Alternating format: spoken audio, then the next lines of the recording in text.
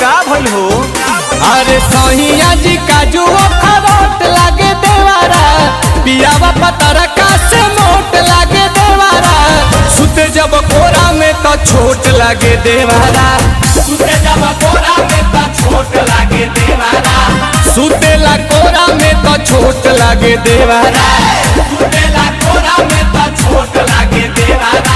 सहिया जी सिक्का तो नोट लागे देवारा, सहिया जी सिक्का तो नोट लागे देवारा, सुतेला कोरा में तो छोट लागे देवारा, सुतेला कोरा में तो छोट लागे देवारा, सुतेला कोरा में तो छोट लागे देवारा।